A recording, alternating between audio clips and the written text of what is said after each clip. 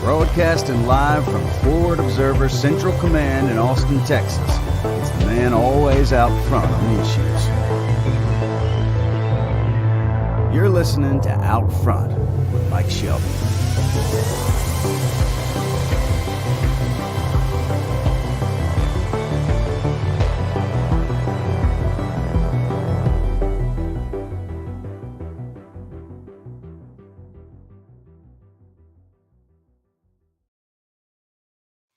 Hello and good afternoon, everybody. Welcome to Out Front. I'm your host, Mike Shelby. Before we get started, just in case something happens to, to YouTube or, we get kicked off of somewhere.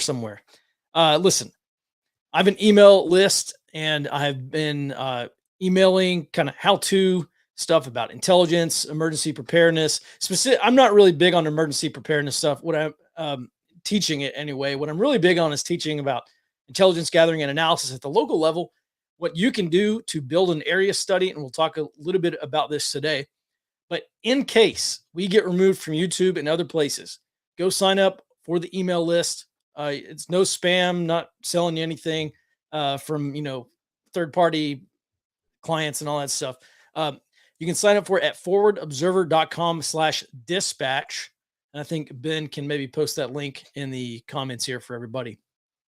Be sure to sign up for that, because if we do get disconnected, I'm going to pop up on some other video streaming platform and hopefully not miss a beat.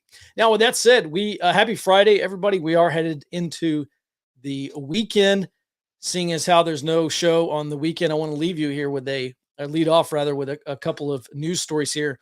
So as I mentioned in this morning's report, French elections are this weekend. Is the first of two rounds for the presidential election. And I was reading through the speech from the incumbent French president, Emmanuel Macron, who says that if he is reelected, companies, when they're paying dividends to shareholders, are going to have to share their value with employees. So anytime, if he's reelected, he's vowing that when a company makes a dividend payment to investors, to shareholders, they're going to have to take some of that dividend payment and share it with their employees. And I thought, that sure is something we might see from the Biden administration at some point in the future to reduce inequality. The next thing, 2 of 3 here. This is hot off the press. U.S. has indications, again, for what it's worth, this is what's being reported. The U.S. has indications that Russia is looking to perhaps recruit. That's a kind of cowardly way to state that.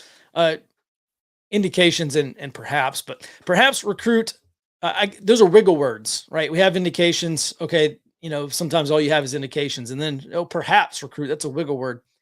Russia is looking to perhaps recruit upwards of 60,000 reservists, according to a senior U.S. defense official, who, of course, I'm sure is going to be unnamed if you go back and read the report.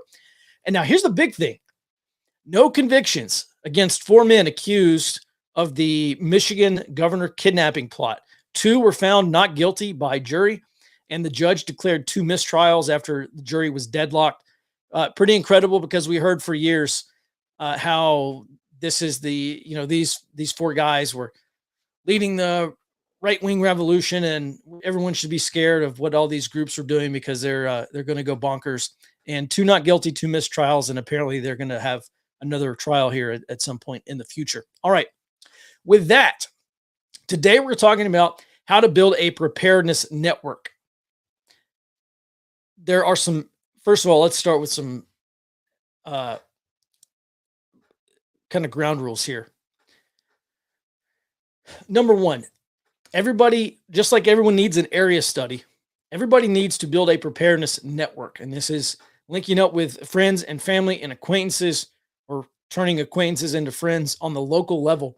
There are a lot of reasons to have a preparedness network. One of the things, when we had those tornadoes rip through Central Texas here, a month or so ago, a few weeks ago, it was great looking in our chat on my phone and seeing people staging chainsaws and generators and everyone getting ready for the storm. That way, if a tree fell on someone's home in our network, we could be in our trucks in 15 minutes and go help them out.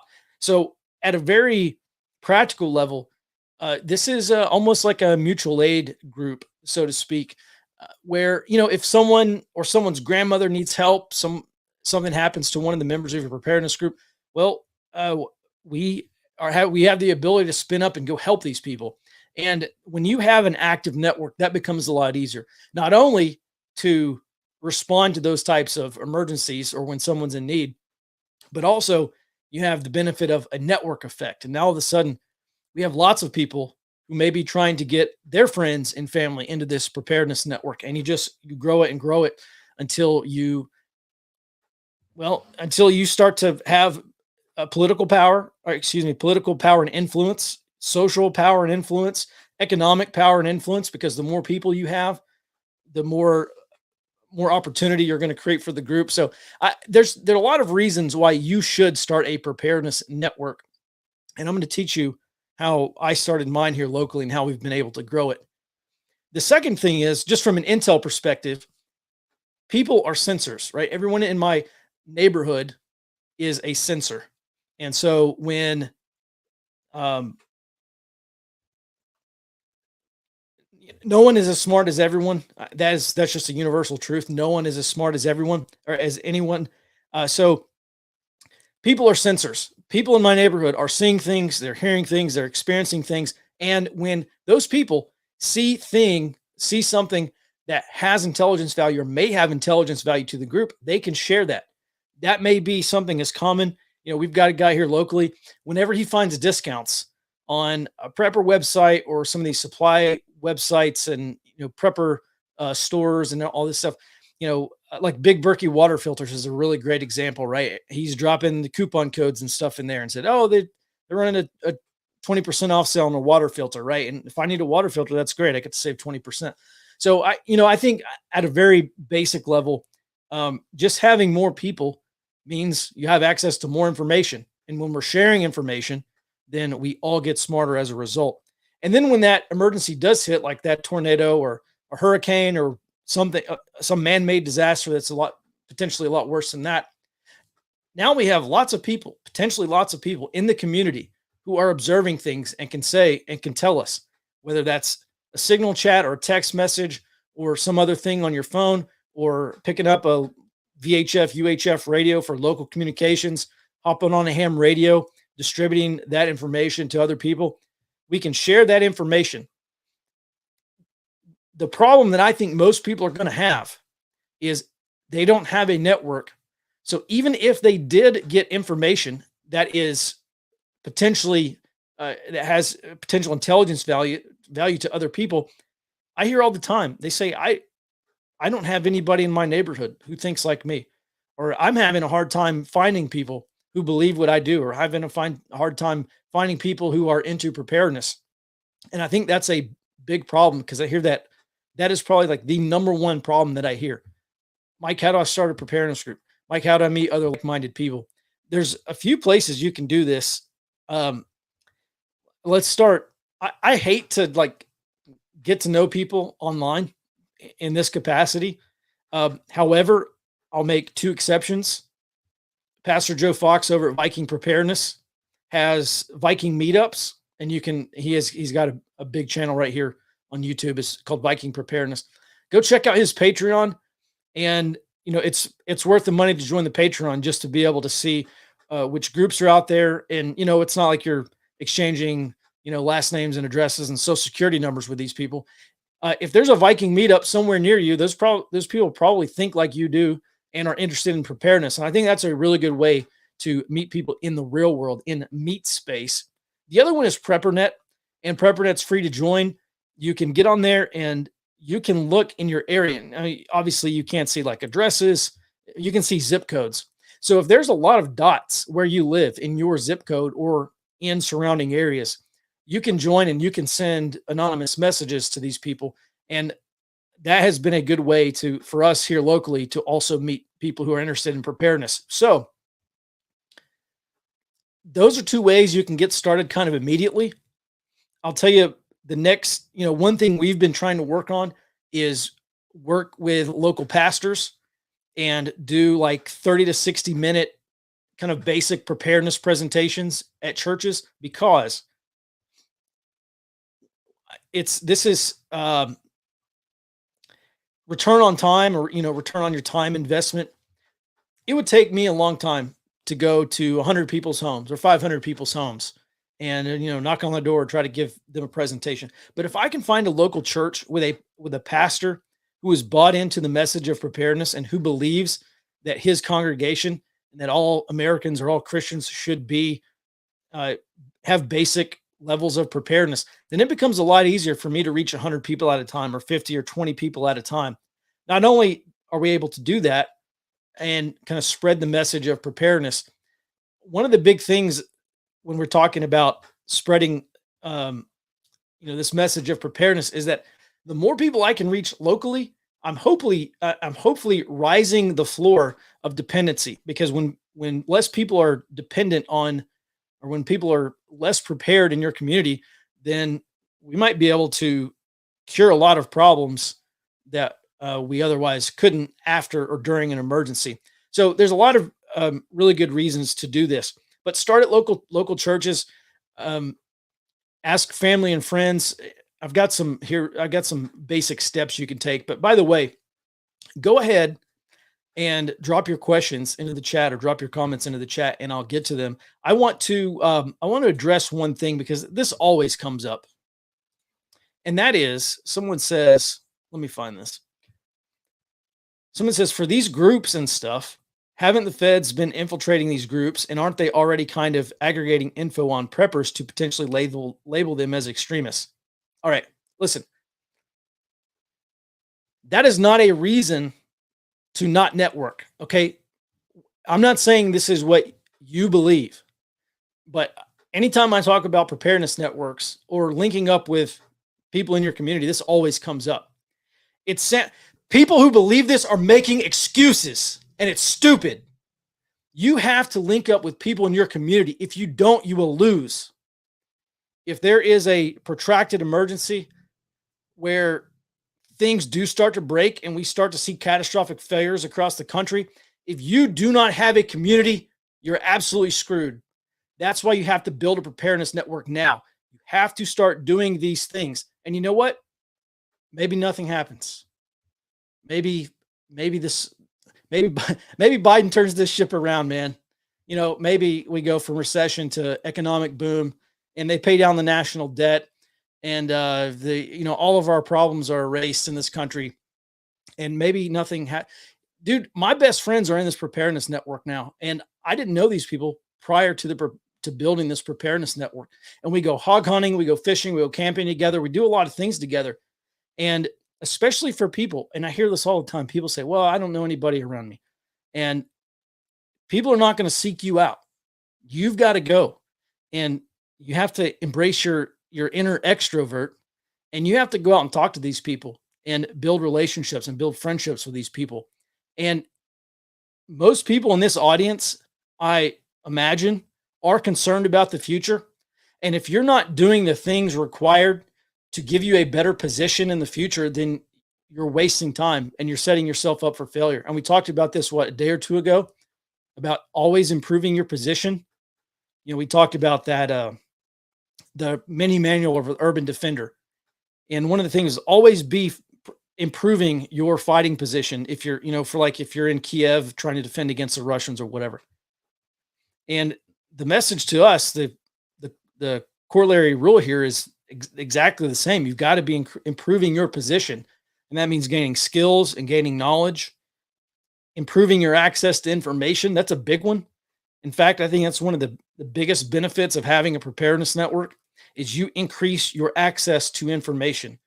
Because when an emergency hits, or if we do get into some kind of protracted emergency or catastrophe or whatever happens, you're going to have one of two problems. Either number one, you're not going to have enough access to information to make timely and well-informed decisions. Some of those decisions may be time sensitive. They may be, They may be a matter of life or death, potentially. And if you don't have enough information to make decisions, I'm telling you that you can get around that by building a network. Because when we have a pool of people crowdsourcing information, sharing information with each other, then decisions become a lot easier because we have better access to information and hopefully better information as well. Now, the second problem, you're gonna have that problem, not enough information, or number two, you're gonna have so much information that you don't know what to do with it. And people call this analysis paralysis. It's, people call it drinking from a fire hose. There's a lot of phrases we can apply to this. But both of those problems can be solved. Hopefully you're somewhere in the middle. Hopefully you have access to information, not too much that you can't manage it. And, but we can solve this problem by building a preparedness network. So what we are going to do now,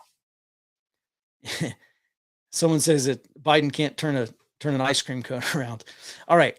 What we're going to do here is I have a list of steps that you maybe have not considered yet. And by the way, if you have any ideas, please post them into the chat. What I'm going to do is I'm going to go back through the chat and go through my notes and maybe make like a little 1 or 2 page ebook about how to get started. And we'll send this out to the dispatch email list. By the way, you can sign up for that at forwardobserver.com/dispatch. And what we'll do is I'll compile all these kind of best practices and notes into an ebook PDF and send it out to you. All right. Number one, if you are starting from zero, grab a friend or two who are interested in preparedness. Maybe direct them to this channel. If you're a Forward Observer subscriber, maybe print out a couple of things that really concern you and go to them and say, hey, by the way, I subscribe to this thing called Forward Observer. They produce a daily intelligence report. Their entire aim is to tell you what happens before it happens. If there's something bad that's going to happen in the future, they do their absolute best to figure out what that is and share it with subscribers. So print that out, give that information to that person and say, look, this is my concern on a national strategic level, right? Okay, way up high. And then let's figure out how that's going to affect us at the tactical level, down at the local level. So for instance, people are concerned about hyperinflation. Let me tell you, a year or two ago, not at all concerned about hyperinflation. Seeing what's happened over the past roughly 2 years, and now seeing the Biden administration is doing to this thing in Russia and Ukraine, and looking at how I was going to open the show by talking about how this shift from a unipolar world to a multipolar world, I think, is accelerating. I talked a little bit about that this week, but I think it's going to be, it is accelerating right now. And it concerns me because I don't know if the Biden administration sees that or not. The other part of me says, well, maybe this is just deliberate. Maybe they're trying to do this on purpose. Any other explanation kind of is beyond belief to me. At any rate, grab a friend, figure out what things concern you. Oh yeah, hyperinflation. It's not my base case scenario, but I'm getting a lot more concerned about the potential for hyperinflation. It's not imminent. I don't think it's going to happen anytime soon, but let's get through the next year or two of Fed's monetary policy, and let's get it through this stuff with Russia and figure out what we're going to do with China. And my guess is that if it's going to happen, it could happen somewhere around whatever we do with China, whenever we do it with them or to them. So that concerns me. All right. So get with a friend or maybe even your family or a group of friends and say, all right, what are the local level impacts going to be, right? You have hyperinflation. Okay, great. No, it's not going to kill anybody, but there are going to be second and third and fourth and fifth order effects or fifth order consequences that are going to affect us. So make a list. And there's 4 types of threats. Okay. There's conventional threats, irregular threats, catastrophic threats, and disruptive threats. So conventional threats like a police state or an invading army would be a conventional threat. Irregular threats, gangs, mobs, looters, guerrillas, revolutionaries. You have catastrophic threats, which are mass casualty. So it can be natural or man-made, like, nuclear war or a hurricane maybe is, potentially catastrophic. Like a category 5 hurricane would be catastrophic. And then there's disruptive threats. So a cyber attack, a power outage, insert disruptive threat here. The goal is to look at these national or strategic level threats, boil them down into their subcomponents at the tactical level, and then figure out what those are going to be. So, for instance, hyperinflation. Are people going to go hungry? Yeah. Are people going to resort to criminal activity? Yes. Okay. That's kind of a no-brainer. But think about what this looks like on your street. Don't worry about what happens nationally. Don't even worry about what happens at the state level, unless you maybe live in Vermont or New Hampshire or something. Think about this you walk out your doorstep and what do you see? Maybe close your eyes. Maybe go to a quiet place. Close your eyes and think about, okay, this is happening.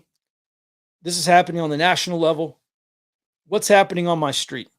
And let's look at 6 hours from the problem, and then 12 hours from the problem, and then 24 hours later, what does this look like? And then 3 days later, what does this look like? And then a week later, and so on and so forth. And think through the local implications, because when you do that, you are going to identify the things you should be preparing for. By the way, having a network is a really good way to prepare for a lot of those things. So grab a friend or two, sit down and go through this process that I just outlined. Now, the second thing you can do is, after you do that, agree when you're going to meet again. My preparedness network, we have monthly meetings. Maybe you should have a monthly meeting too. If things were to progress and accelerate, and if we were to get a lot more worried, maybe we would have maybe weekly or bi-weekly meetings, right? One meeting every 2 weeks, maybe, just to do a check-in and see how things are progressing. So once you grab a friend or a couple of friends, pick a date and say, all right, today's April 8th. So on the 23rd of April, that's a Saturday, we are all going to meet up. And when you go back home, bring your wife, bring a friend next time. April 23rd, we're going to have our very first preparedness meeting, like ours is. Our meeting spans multiple counties. Maybe you're going to struggle in the first couple of meetings to span multiple streets. I don't know. But ultimately, you want to build this thing up over time. And it takes time to build. And it's easy to lose momentum. But don't let that discourage you if you do lose momentum, or if you've tried to start a preparedness network in the past and it's petered out because people lose, like, oh, they lost their sense of urgency, or they, whatever reason happens that you have leadership issues, or you forget a meeting or whatever. Man, pick the ball up and keep running if you drop it, and just continue to push and continue to try to build momentum for this thing. All right, so we're all meeting on April 23rd. That is going to be our next meeting. And by the way, bring a friend. So there's 3 of you at the initial meeting, and then there's 6 of you at the next meeting, and then there's maybe 15 of you at the third meeting, and continue doing this over time, and have everyone be a recruiter, right? I mean, I don't want just random people off the street coming to this meeting. I want to make sure that, they're stable. I know some crazy people. They're not really crazy.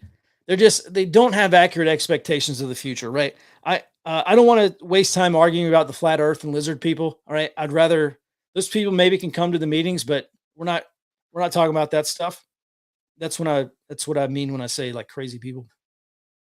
But get people who are grounded in reality, who are just concerned. They've got kids, they've got a wife, they've got a house, they have something that they want to protect, and they want to come together as a group. And we're going to talk about how to protect that. All right. So April 23rd, everybody bring a friend, show up and do it, and be there. Write it on your calendar. Get an email address from these people, or get a cell phone number, or add them to some kind of chat group, like on Signal or something on your phone. If you're comfortable with doing that, and send out a reminder and say, hey, by the way, we're all meeting on April 23rd. Here's what we're going to discuss. And if you can do that, then you'll be well on your way. Here's the next thing we should be doing at this monthly meeting. Number 1, I think it's a good idea to start the meeting off with a local intel brief. And you don't have to be an S2. You didn't have to work at CIA or whatever to do this intel brief. All you got to do is just, when you're reading through local news, which you should be doing anyway, if there's something that concerns you, a business is going out of business, there was a robbery, or there was a string of robberies. Like, we've had 5 restaurants, or it's like 5 or 8 restaurants now be like burglarized in the middle of the night here in this area in Central Texas. So you can bring that up. Bring something up that is going to be of interest to people that they may not have known because they're watching Dancing with the Stars instead of reading their local newspaper or whatever. Go through this intel brief and identify these threats: conventional, irregular, catastrophic, or disruptive threats that concern you. And maybe you can even have like a mini discussion on it, a guided discussion. People can, it's not just a me thing. I want to open up the entire room too and say, does anyone have anything else they want to share? Because maybe it's something that I didn't see. Maybe it's something that I missed. Next, if there's any group business, like, one thing we've been talking about here locally is building relationships. We already have some relationships, and some people in the group have they have their own ranchers, or they have their own cattle herds, or they have their own homesteads and their own ducks and chickens and whatever. But one of our strategic initiatives is trying to build better relationships with area ranchers and farmers. That way we can go direct to the farm and get access to what we need. We don't have to pay marked up prices at the grocery store. We don't have to worry about shortages at the grocery store. One of the things we've talked about quite a bit, I think this is in my economic early warning brief from a few weeks back.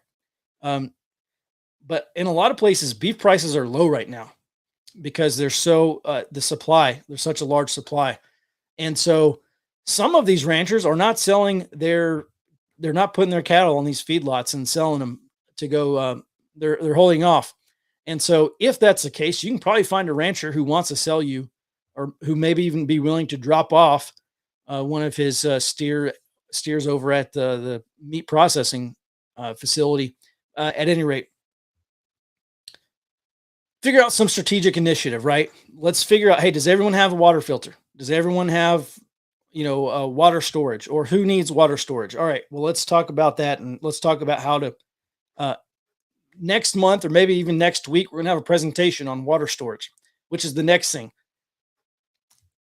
At these meetings, you should offer free training. And it doesn't have to be a full day course. It can be, hey, we're going to talk about 1 hour. Like we got a medic in our group, and he gave a really good talk, about 45 minutes long. He gave a really good talk this winter back in January about how to recognize cold weather injuries and how to, basic treatment advice for treating cold weather injuries. I got a lot out of that. I took a ton of notes on that. Other people did too. We've had sheriff's deputies come out and talk to us about active shooter considerations, what you should do and what you should not do during an active shooter situation. And that was also very beneficial for us. When you offer beneficial training, and you don't have to be some massive expert in this stuff. You can share what you know about a particular topic. But when you provide this kind of training, people say, oh yeah, that was really good. I'm going to go back next month and I'm going to bring my brother-in-law, or I'm going to go back next month and my wife's going to come along because we're talking about canning next month or whatever. So let me just recap the meeting here. Hold a monthly meeting, put it on a calendar and stick to it. And by the way, you might say, we're meeting the first Saturday of the month or the second Saturday of the month or whatever. Start off with a quick intel brief, talk about things that are going on locally. If you're a Forward Observer subscriber, feel free to talk about things that we talk about that's happening at a national or global level, and share that information with people because you're probably going to help build a sense of urgency for these people, like getting the basics done. Like, oh, I need water. I cannot live without water. I need a water filter. Do any kind of group business or projects, and then have, an hour, 2, maybe 3 hours worth of training. Go do a ham radio class, or, go say, hey, this is how you operate a ham radio. Have everyone bring in their little Baofeng radios and program those radios so you can all talk to each other on the same frequency. So people aren't there trying to punch in a frequency in a Baofeng. You just hit the channel that everyone's talking on. Another thing you can do, here's the deal. It's 2:30. We've already gone 30 minutes. I'm going to open this up to questions. That is my preparedness network getting started in a box kind of spiel. I'm going to answer some of these questions that Ben is posting in the chat. If you have any, go ahead and drop them in. It's Friday. We'll go a little bit longer. And I appreciate everybody being here. Space Ninja Steve says, I've actually directed a lot of people to this channel. Listen, we certainly appreciate it. I'm going to pin this message for everybody. All right. So let's see here. Yeah, Ben has some questions. How do you build or sustain momentum in a group to get mutual participation when there isn't an immediate crisis? Yeah, listen, man, sustaining momentum is a really big challenge. It's easier when there's stuff in the news. It's just stuff's not going to slow down. Now we're talking about a recession next year.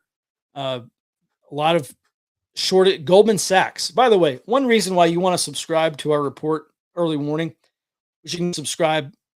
You can subscribe at forwardobserver.com. forwardobserver.com/subscribe. It's because Goldman Sachs just released a note to clients yesterday predicting a copper shortage. And when you start to think about all the things that copper go into, especially housing, repair, plumbing, electrical, HVAC, all sorts of stuff, and you think about higher copper prices, which the copper prices have already been getting higher, and now a potential shortage, according to Goldman Sachs, which is a massive investment bank. That's the kind of stuff we talk about. We try to keep actionable stuff in that report for you. So, it's not just doom and gloom. You read it and you say, okay, I need to do X, Y, or Z in order to mitigate these risks. So in terms of building and sustaining momentum, heck, share with them stuff that we talk about in Forward Observer, because it's stuff they're not seeing on Fox News or CNN or wherever they consume news. And, we have credibility. We're mostly all intel and special operations veterans. And this is our full-time job. We sift through massive amounts of data every single day to uncover the things that are going to matter in the future that you're not hearing about today. And at any rate, we'll leave it at that. So share with them some stuff you've learned through Forward Observer. That's a really good way. For these groups and stuff, oh yeah, I've already answered that question. How do you get people in your group to participate in activities on a regular basis? Too many in my group just lurk until something bad happens. Okay, one of the better things we did back in January is we did a winter camping trip. And I know it's winter in Central Texas, so it's not really that bad of a winter, but it was a cold weather camping trip. It was that, it got down in the 30s. So depending on what you want to call cold weather, that's cold in Texas. And we just got a group of guys out, and the message was simple. Look, you have all this gear. Let's go test it out. Let's go spend a night in the woods. And it's only one night, so it's not even gonna, it's not that big of a time commitment. But we went out there in the afternoon. We set up camp. People kind of looked at what the other guys were doing in terms of how they set up their camp and what kind of gear they were using. And after one night, you kind of get a really good sense of, yeah, that was really uncomfortable. I need a sleeping pad. Or you had 60 pounds of stuff in my ruck. I need to figure out how to dump some weight out of that. That was a really good way for the group to get actionable takeaways on, just spending a night out. And listen, we go hog hunting, we go fishing, we do a ton of stuff together, because really it is a group of friends, and a lot of us are veterans. So there's also like kind of that bond of brotherhood there as well. And, I just got to say that's what you want to aim for. A group of friends. Yeah, it's a preparedness network. And yeah, there are some people on the periphery who maybe come to meetings, but they don't go do all this core stuff with the guys, like go hog hunting, for instance. That's okay. We want to find opportunities for them to get involved, because I want to get to know those folks too. So I think that's a really good way. Go do activities, and it doesn't have to be like, prepper related. Go hunting. I don't know. It's turkey season, here in Texas. Go grab the guys and go turkey hunting. Or this spring, go fishing or go hunting or whatever you want to do. All right. Should there be a limit on distance for members of the group? Well, ideally, yeah, we have people who drive 40 minutes to an hour to attend these meetings. Ideally, those 2 or 3 or 4 or 5 people, if they don't, what they really need to be doing is building kind of their own preparedness network there locally. And it's great once a month. All right, drive an hour, sure. Come kind of be a spoke in the can be a spoke in the wheel of this greater area preparedness network. But yeah, you need to be going home and recruiting people who live across the street or down the road from you. And so 30 minutes to an hour, I mean, that's a long way to drive, especially during an emergency. So if I lived farther out than that, I would definitely want to start working on my own preparedness network locally. You can still be still be in the larger group, and it's great to have that kind of participation. But that's my advice. Like, I mean, just think about it. How far would you be willing to drive, or how far would these people be willing to drive for you? And if it's not 30 minutes to an hour and you live 30 minutes to an hour away, probably start your own group. The left is more, let's see. What are your thoughts on Meshtastic for communication? Okay. Yeah, I'm a big fan of mesh networks. And one reason why I started switching to all this Android stuff is because it's just super easy to run Meshtastic on an Android phone and get a wireless router and set up a comms bubble. The cool thing about running a mesh network is if the internet goes out, well, it doesn't matter. You can still transmit information through that wireless router. If cell towers go down, okay, it doesn't matter. If power goes out, yeah, that kind of sucks. But maybe you can run your mesh network off solar. So I'm a big fan of mesh because it gets our communications not really off the grid, but it gets it into kind of a controlled environment, so to speak. Like, there's only so many people who are running apps that are connected to this network that can share information with each other.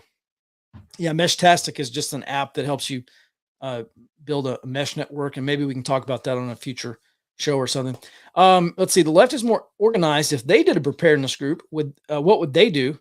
Would copying some of their tactics be beneficial?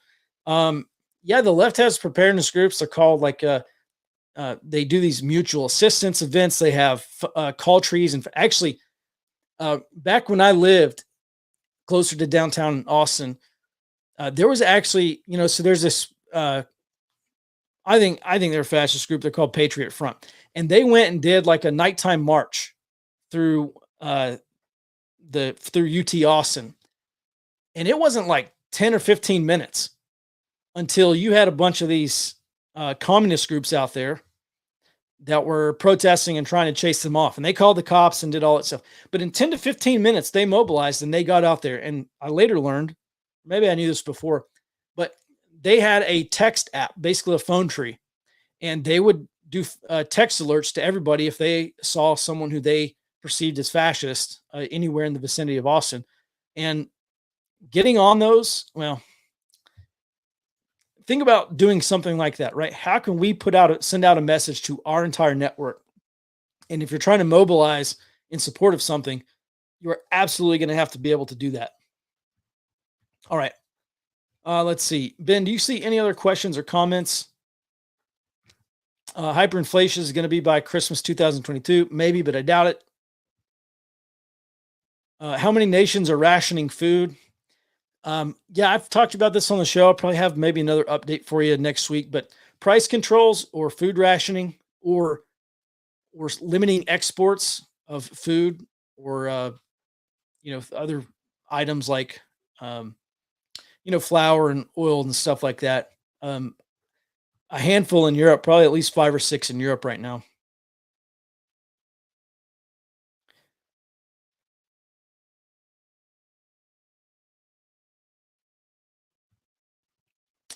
Here you're getting back to the roots of this channel, the application of Intel as it pertains to preparedness. Yeah, I love this stuff. I love talking about it. I love teaching about it. I love doing it. And I'm happy that I'm just happy that I can share some of my knowledge with y'all on this topic. Hyperinflation, Ronnie says hyperinflation starts slow, then rapidly escalates. Consider already started. Maybe. I don't think hyperinflation necessarily starts slow. Actually, the number one cause of hyperinflation, the number one trigger, I should say, of hyperinflation is actually war. And a couple of months ago, I've identified 6 ways that I think, everyone talks about hyperinflation. And then you ask someone, oh, how does hyperinflation actually occur? Give me a step-by-step play here. And they just started like grasping for straws. Now, that's not everybody. But what I did is sat down and thought through these processes and identified 6 ways that we could actually have hyperinflation. You know what? Maybe next week, one day next week, I'll go through that for everyone on this show. Let's see here. How do you avoid attracting the crazies or those with extreme views that damage your group or damage how your group is viewed? Many do not want to be associated with the group. Listen, last year we did, on Friday, April 29th, TJ from Bear Independent is going to be on our Friday roundtable. That's in 3 weeks. And I recall I had a conversation with him last year during our Gray Zone Summit. And I think he said, or maybe we arrived at the point that you just ask those people to stop coming. You say, you just tell the people, look, we're not comfortable with you being here. And for, whatever reason, I think you just have to be frank with them and say, look, man, I'm not trying to hurt your feelings. It bothers us that you're here, and we have, the freedom to associate, and that means we have the choice that we don't want to associate with you. And I don't know, hope it goes well, I guess, maybe. That's some basic advice. Any advice for teenagers who care about preparedness but don't have the financial freedom to be independent from parents who don't care? Do what you can. Start with the basics. I know everyone wants to focus on food, and yeah, that's good. You got to eat. More than anything, you got to drink water. And so the basics of everyone's preparedness absolutely should be water. Depending on the situation, you might say self-defense. I think that's also a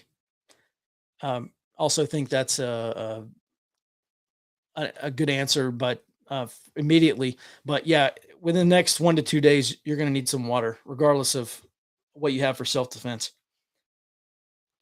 Ever since you made your Civil War II video in 2019, have things been accelerating faster than you've expected since then, slower, or around how quickly have you expected? So yeah, people ask me a lot to go back and update that video, and I will. What I've been doing instead is last year I spent a lot of time writing a good portion of a book on the topic, and what I'll probably do is get that out maybe later this year, but probably between I probably will not finish that book. Honestly, it's probably not going to be done until 2024. But it's all about low intensity conflict and because listen, I think the election season around 24 into January 25 and beyond, if we are going to have a civil war, like if our low intensity conflict is going to accelerate or explode into something a lot bigger, then my guess is it's 24 elections. Good question. I don't think things have been progressing slowly. We have a lot of accelerators. We had, George Floyd was the trigger for the 2020 popular revolution. And we just haven't had another trigger yet. And I'm not sure when the next time it will, but if I had to guess, I would say 24 elections.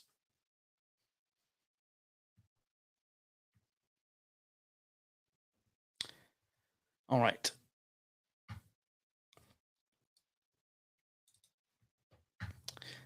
All right. Well, gang, listen, it's been about 45 minutes. Hey, I appreciate everyone being here. And guys, listen, if you want to support the show, you want to support what I do, the first thing you can do is go sign up for the Gray Zone Dispatch. Those are emails that I send out. I talk about gear, intelligence, low intensity conflict, things that I'm kind of chewing on, making my way through. The books that I'm reading or things that I'm studying. You can do that at forwardobserver.com/dispatch.